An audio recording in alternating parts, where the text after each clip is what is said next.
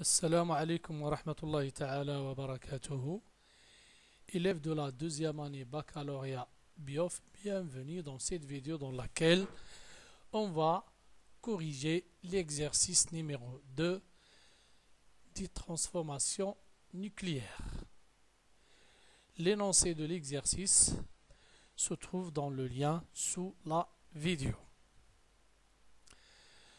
Voilà l'énoncé, on va lire tout de suite l'énoncé. Donc les réactions de fusion et de fission sont considérées parmi les réactions qui produisent une grande énergie qu'on peut exploiter dans divers domaines. Voilà les données nécessaires. La masse du Soleil de 10 à la puissance 30 kg. On considère que la masse de l'isotope H1 d'hydrogène représente 10% de la masse du Soleil. On donne dans le tableau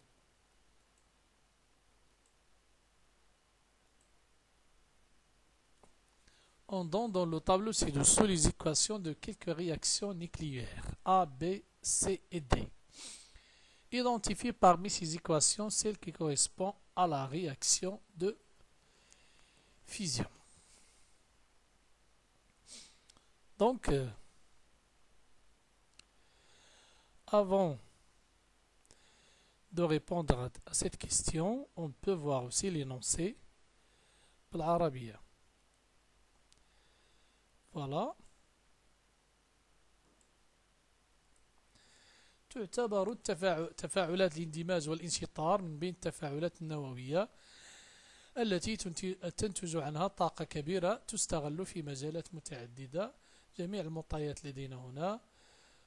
نأخذ كتلة الشمس 12 أس 30 كيلوغرام. نعتبر أن كتلة نظير الهيدروجين H1 تمثل نسبة 10% من كتلة الشمس.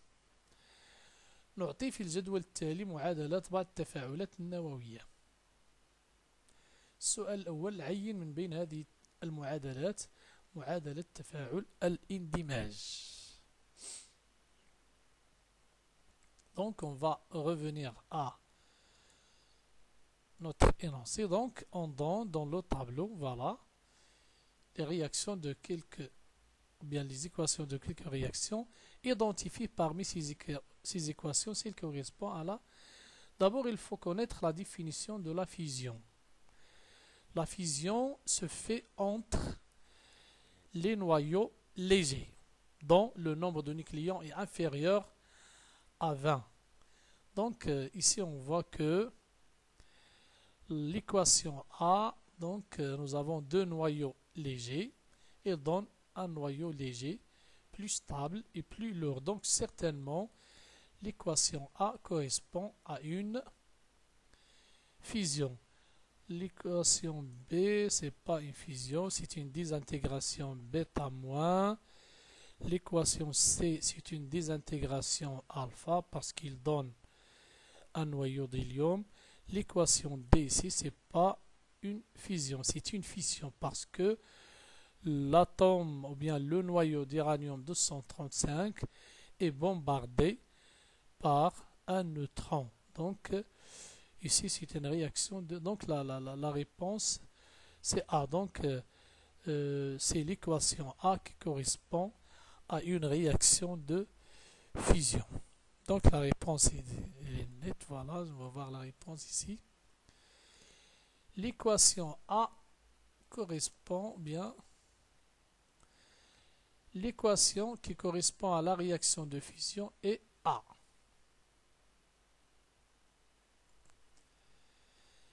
من طبيعة الحال بالنسبة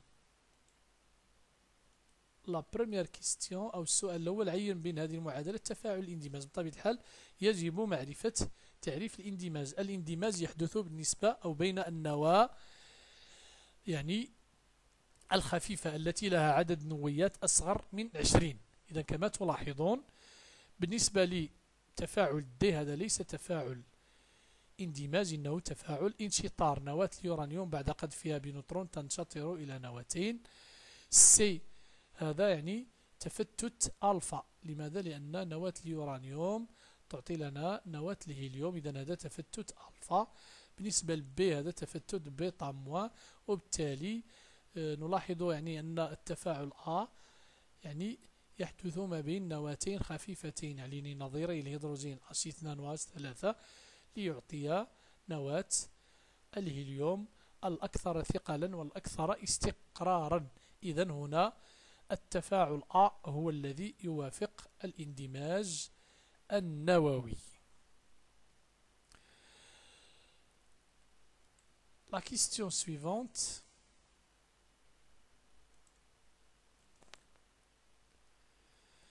En utilisant le diagramme d'énergie ci-contre, calculer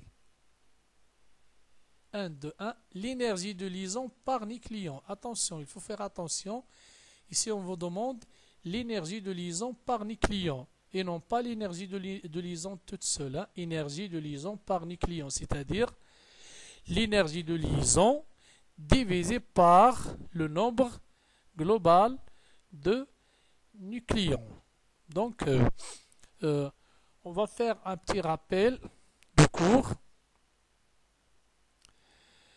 Nous avons vu dans le cours que l'énergie de liaison, c'est l'énergie EL qu'il faut donner au noyau, c'est-à-dire à nucléon lié, bien sûr le noyau, c'est à nucléon lié. Pour dissocier ce noyau en A nucléons séparés, on lui donne une énergie EL, c'est-à-dire le passage de cet état à cet état correspond à l'énergie de liaison. Donc EL sera égal l'énergie de liaison de A nucléon séparé moins A nucléon lié. Le contraire, bien sûr, se fait avec perte d'énergie. Si les A nucléons se regroupent pour former le noyau, le système va dégager de l'énergie. Donc, on aura delta E dans ce cas-là également EL. Donc, ce qui nous intéresse ici pour déterminer EL, c'est l'énergie qu'on doit donner au système pour passer du noyau lié au A nucléon séparé. Donc, le passage de là à là. Donc, EL sera égal l'énergie de A nucléon séparé moins l'énergie des noyaux. بالعربية طاقة الربط هي الطاقة التي يجب إعطاؤها للنواة للحصول على النويات منفصلة. إذن المرور من النواة إلى نويات منفصلة يتم بإعطائها طاقة EL. إذن EL حسب مخطط الطاقة هنا هي طاقة A نوية منفصلة ناقص طاقة النواة يعني مجتمعة أو متماسكة عفوا. إذن طاقة الربط هي طاقة النويات منفصلة ناقص طاقة النويات متماسكة. العكس الآن إذا أردنا تكوين النواة انطلاقا من النويات المنفصلة سوف تحرر المجموعة ناقص EL. هنا من النواة إلى النويات منفصلة يجب إعطاء المجموعة طاقة EL. من النويات منفصلة إلى نواة متماسكة المجموعة هي التي تحرر طاقة تساوي ناقص EL. إذن نعود الآن إلى سؤالنا. Donc, dans notre question, on vous demande, en utilisant le diagramme d'énergie, ce diagramme-là, le diagramme ci-contre, déterminer l'énergie de liaison par nucléon des noyaux. L'énergie de liaison par nucléon. D'abord, il faut déterminer l'énergie de liaison et après, on va diviser par le nombre de nucléons global. Donc, d'après ce diagramme-là, donc c'est quoi l'énergie de liaison de l'uranium 235? C'est l'énergie qui permet de dissocier le noyau d'uranium 235 en 6 nucléons. Donc c'est le passage de cet état-là vers cet état. Donc EL sera égal sera égal 2,21625 moins 2,19835. N'oubliez pas de multiplier par 10 à la puissance 5. Donc c'est ça, l'énergie de liaison, c'est le passage, c'est cette énergie-là, l'énergie de ce niveau-là, moins l'énergie de ce niveau. Et après, on va diviser par le nombre de nucléons. Donc, voilà la réponse à la question. Donc, l'énergie de liaison par nucléon, c'est l'énergie de liaison divisée par le nombre global de nucléons. D'après le diagramme, l'énergie de liaison de l'uranium, c'est 2,21625. C'est ici. C'est là. Moins celle-là. Multiplié par 10 à la puissance 5. Pourquoi? Parce que vous avez ici, voilà, l'échelle est multipliée par 10 à la puissance 5 ici. Voilà. Donc, l'énergie de liaison, d'après le diagramme d'énergie, c'est 1790 MeV. Donc, l'énergie de liaison par nucléon, on divise par 235. On obtient donc 7,62 MeV par nucléon. C'est ça l'énergie de liaison par nucléon.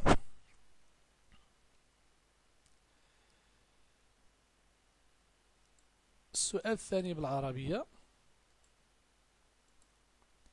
بالاعتماد على مخطط الطاقة احسب طاقة الربط بالنسبة لنوية. إذن انتبهوا جيدا، هنا المطلوب هو طاقة الربط بالنسبة لنوية. يجب أولا حساب طاقة الربط، ثم بعد ذلك حساب طاقة الربط بالنسبة لنوية. من طبيعة الحال طاقة الربط لنوية هي الطاقة التي يجب إعطاؤها للنواة اليورانيوم 235 للحصول على 236 نوية منفصلة، يعني المرور من هذه الحالة إلى هذه. يعني طاقة الربط لليورانيوم، طاقة الربط لليورانيوم هي 2,21625 ناقص 2,19835. يعني هذه القيمة ناقص، لأن طاقة الربط هي التي يجب إعطاؤها للنواة لتفتيتها إلى نويات منفصلة من هنا إلى هنا. إذن هذه الطاقة هي طاقة الربط للنواة. إذن لحساب طاقة الربط بالنسبة لنوية، طاقة الربط بالنوية هي طاقة الربط على المجموع النويات. إذن حسب مخطط الطاقة، طاقة الربط بالنسبة لنوية هي 2,21625 ناقص 2,19800 مضروبة في 10 أس 5، نحصل على 1790 ميف. وبالتالي طاقة الربط بالنسبة لنوية لنواة اليورانيوم نقسم على 235، فنحصل على 7,62 ميجا إلكترون فولت على نوية. La deuxième question, bien la question suivante, toujours en utilisant le diagramme. En utilisant le diagramme ci-contre, calculer l'énergie valeur absolue de delta E0 produite par la réaction D. Bien sûr, delta E0 c'est le bilan d'énergie. Donc la réaction D, c'est-à-dire la réaction de la fission des noyaux d'uranium. Voilà. Donc, voilà, vous avez ici donc l'état initial. À l'état initial, les réactifs sont le noyau d'uranium plus un neutron. C'est l'état initial. L'état final, le noyau d'uranium donne deux noyaux plus un certain nombre de neutrons. Donc c'est ça l'état final. Donc delta E0 égale E final moins E initial. E final moins initial, donc c'est négatif. Ici, vous voyez que 2,19665 moins 2,19, donc c'est négatif. Donc la valeur absolue de ceci nous donne une valeur positive. On l'appelle l'énergie libérée. Donc l'énergie libérée, ça sera la valeur absolue de delta E. Voilà, d'après le diagramme d'énergie, delta, ou bien la valeur absolue de delta E0 n'est autre que l'énergie à l'état initial, c'est-à-dire que correspond bien sûr l'énergie à l'état final qui correspond à l'énergie des produits moins l'énergie des réactifs. N'oubliez pas de multiplier par 10 à la puissance 5. Donc, on trouve que la valeur absolue de delta E0 égale 180 MeV.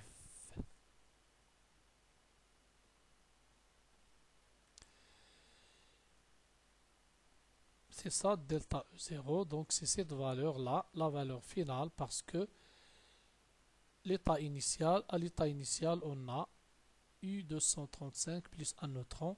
À l'état final, on a XE plus R plus 3 neutrons. Donc delta E0, c'est E final moins E initial. C'est négatif lorsqu'on prend la valeur absolue, on obtient une valeur positive. Donc n'oubliez pas de multiplier par 10 à la puissance 5. voilà السؤال الموالي بالعربية دائما باستعمال مخطط الطاقة الممثل جانبه احسب الطاقة الناتجة عن تفاعل D. تفاعل D كما تشاهدون هو تفاعل انشطار نووي، يعني نواة اليورانيوم بعد قذفها بنوترون تنشطر إلى نواتين زائد عدد أو زائد 3 نوترونات هنا. إذن الحالة البدئية من طبيعة الحال هي المتفاعلات يورانيوم زائد نوترون. الحالة النهائية هي هذه. إذن الطاقة أو الدلتا E0 هي E فينال ناقص E إنيسيال. إذن حسب مخطط الطاقة دلتا E0 هي E فينال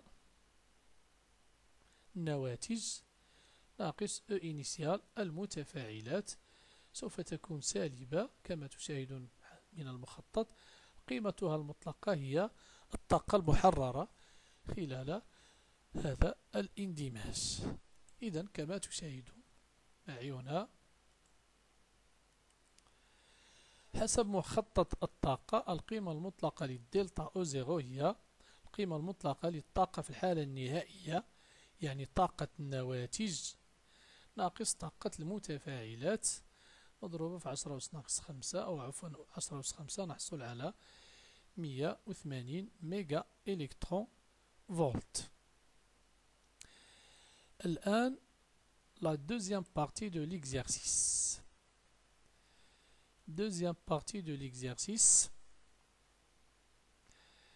Il se produit dans le Soleil des réactions nucléaires dues essentiellement à la transformation de l'hydrogène selon l'équation bilan.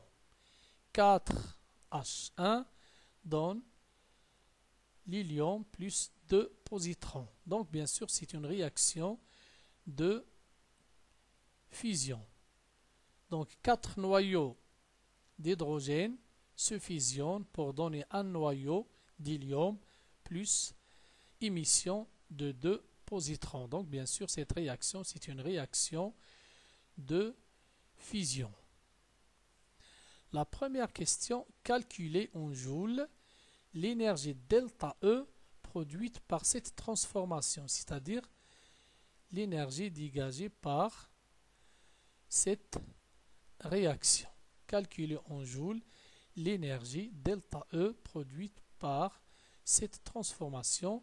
Bien sûr, nous avons dans les données les masses de toutes les particules et noyaux. Donc delta E, ça sera bien sûr delta E, ça sera la somme des masses des produits moins la somme des masses des réactifs multiplié par C carré. Donc on aura la masse de l'hélium plus 2 fois la masse des positrons moins 4 fois la masse de H1 fois C carré. Bien sûr, on va calculer cette valeur en MeV et après on va la convertir en joules parce que un MeV égale 1,6022 10 à la puissance moins 13 joules. Donc voilà la réponse.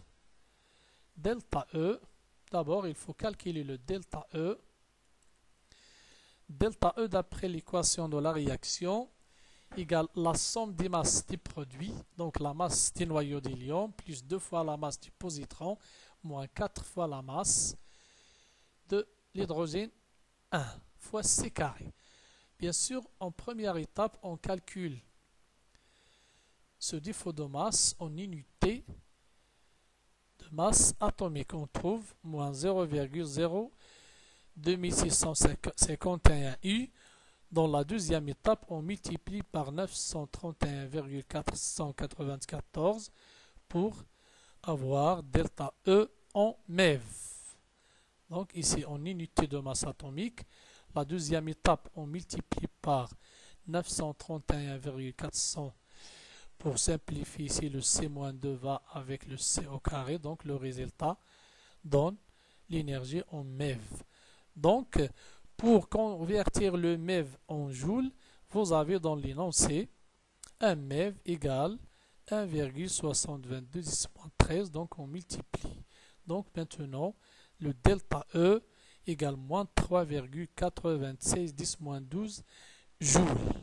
Donc la valeur absolue c'est 3, donc cette réaction, bien la fusion de 4 noyaux d'hydrogène 1 dégage ou bien libère l'énergie 3,76 ou bien 96 10 à la puissance moins 19 joules.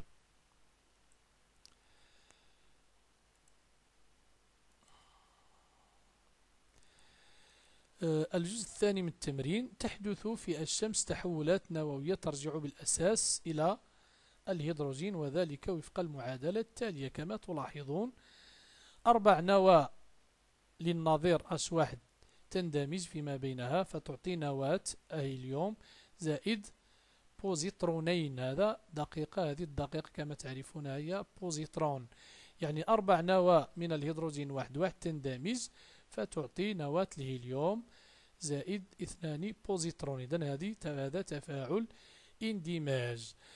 السؤال الأول أحسب بالجول الطاقة دلتا E en valeur absolue الناتجة عن التحول. إذن القيمة المطلقة إذا نحسب الدلتا E من طبيعة الحال.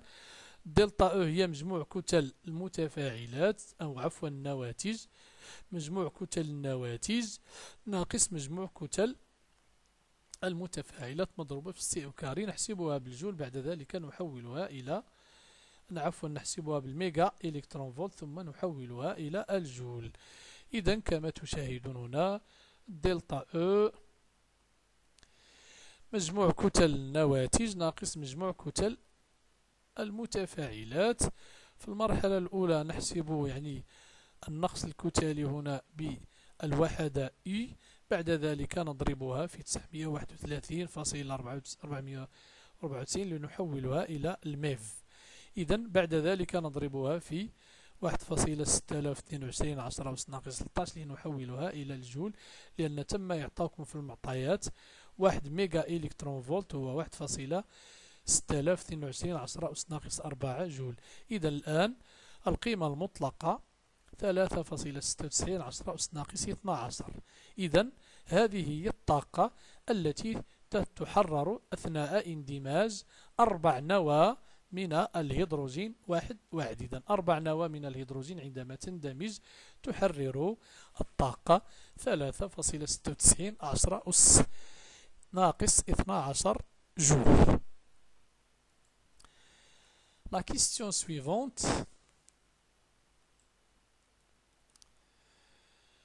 إذن trouvez au nom la durée nécessaire à la consommation de tout l'hydrogène présent dans le Soleil, sachant que l'énergie libérée chaque année par le Soleil, selon cette transformation, bien sûr, on suppose que c'est à cause de cette transformation, on obtient de l'énergie du Soleil. Donc, sachant que l'énergie libérée chaque année par le Soleil, ES égale 10 à la puissance 34 jours.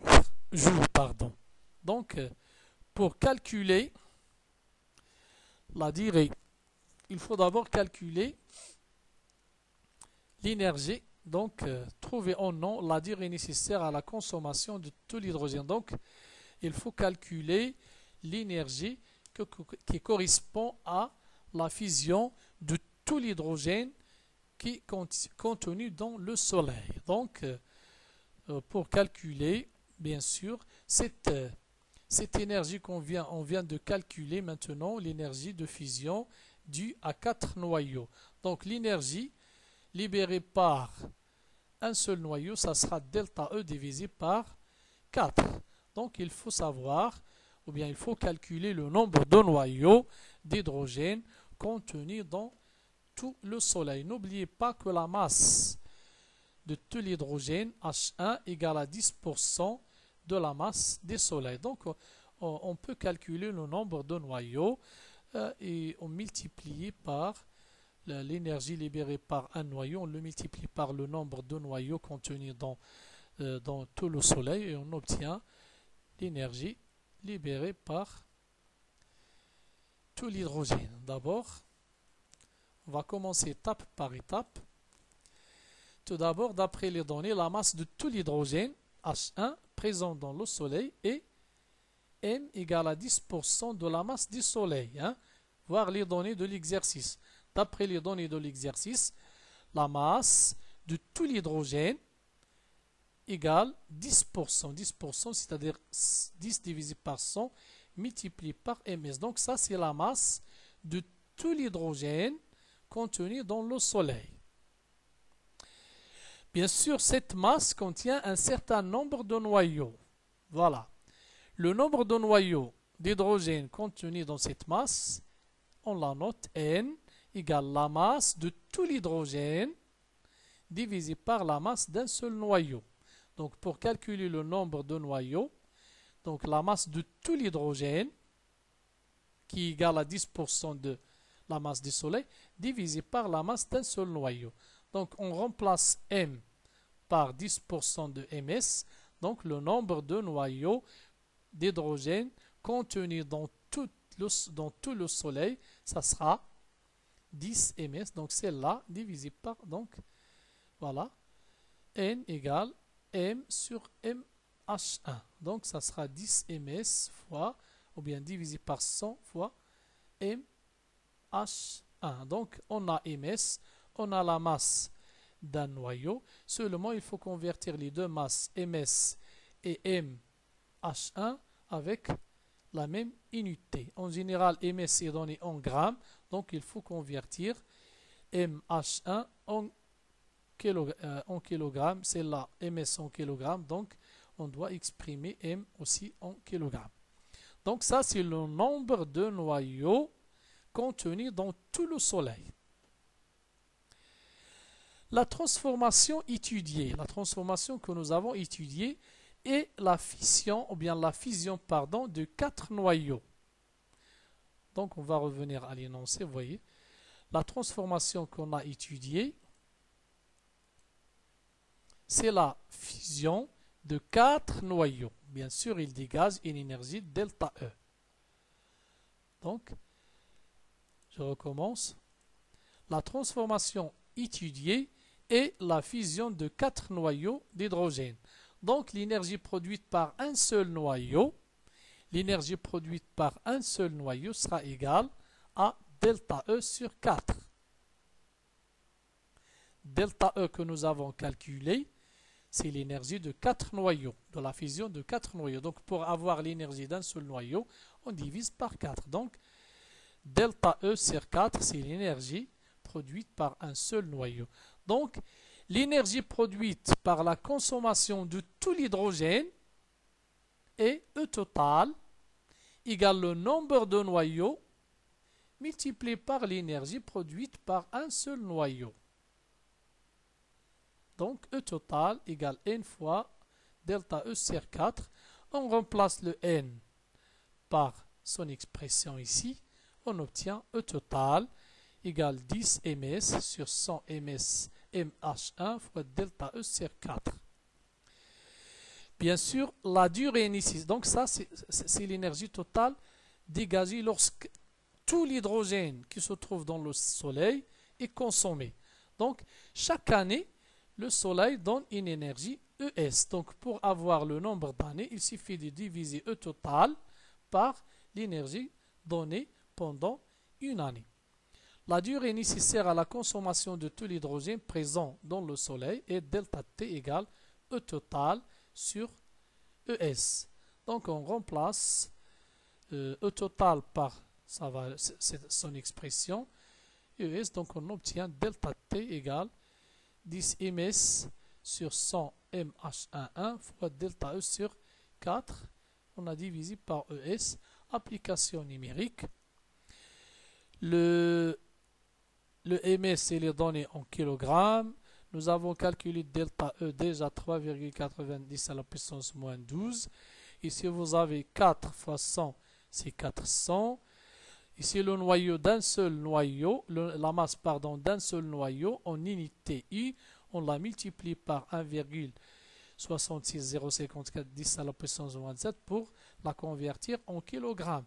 Parce que la masse d'un noyau doit être convertie en kilogrammes, multiplié par l'énergie libérée pendant une année. Donc on trouve que delta T égale 1,18 10 à la puissance 10 ans. Donc c'est ça la durée pour que tout l'hydrogène soit consommé.